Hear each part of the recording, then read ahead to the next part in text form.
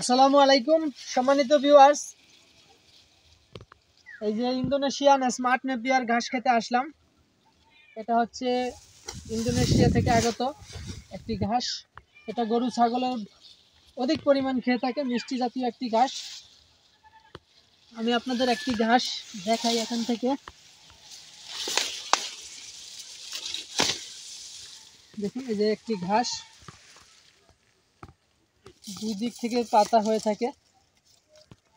তো এরকম এক একটি সোপে যদি আপনি প্রথমবার লাগান তাইলে 40 থেকে 50টা এরকম একটা ঘাস হবে, একটা সোপা হবে আর কি। এরকম 40 থেকে 50টা যদি হয়, আপনার কত বড় সোপাটা হয় দেখুন। এরকম একটা সোপা হবে, 40-50টা ঘাস থাকবে একটা সোপায়। তো এই জন্য কিন্তু আপনার জমিতে পর্যাপ্ত পরিমাণ রোদ পড়া লাগবে।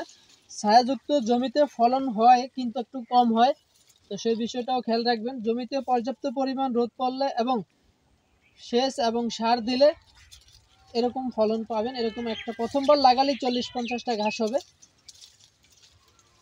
আর এই গাছটার কোনো বীজই হয় না, এটা মূলত কাটিং রোপণ করতে হয়।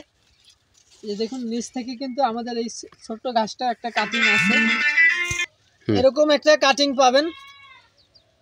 তো এই এরকম নরম ঘাসটা আমি দেখাই, হাত দিয়ে ভাঙা যায়। অন্যান্য ঘাস আপনি হাত দিয়ে ভাঙতে পারবেন না, শক্ত হয়ে থাকে। এই গাছটা খুবই নরম আর কি, হাত দিয়ে ভাঙা যায়, খুব সহজেই ভাঙা যায়,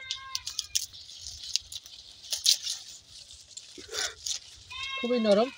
তো এখানে যে কাটিংটা আছে, এই কাটিংটাও হাত দিয়ে ভাঙা যায় নরম হওয়ার কারণে।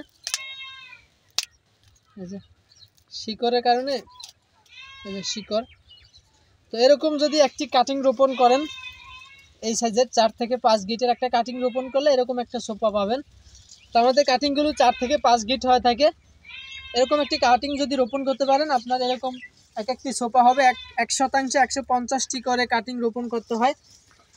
তো এরকম যদি পরিপক্ক মানের কাটিং সংগ্রহ করতে চান, স্ক্রিনে দেওয়া নাম্বারে আমাদের সাথে যোগাযোগ করলে আপনারা এই ঘাসের কাটিংগুলো সংগ্রহ করতে পারবেন সারা বাংলাদেশের যে কোনো জায়গা থেকে। তো দর্শক, আজকে এ পর্যন্তই। যদি আমাদের কাছ থেকে কাটিং সংগ্রহ করতে চান, অবশ্যই আমাদের সাথে যোগাযোগ করবেন আর আমাদের চ্যানেলটি সাবস্ক্রাইব করবেন। সকলে ভালো থাকবেন। আল্লাহ হাফেজ।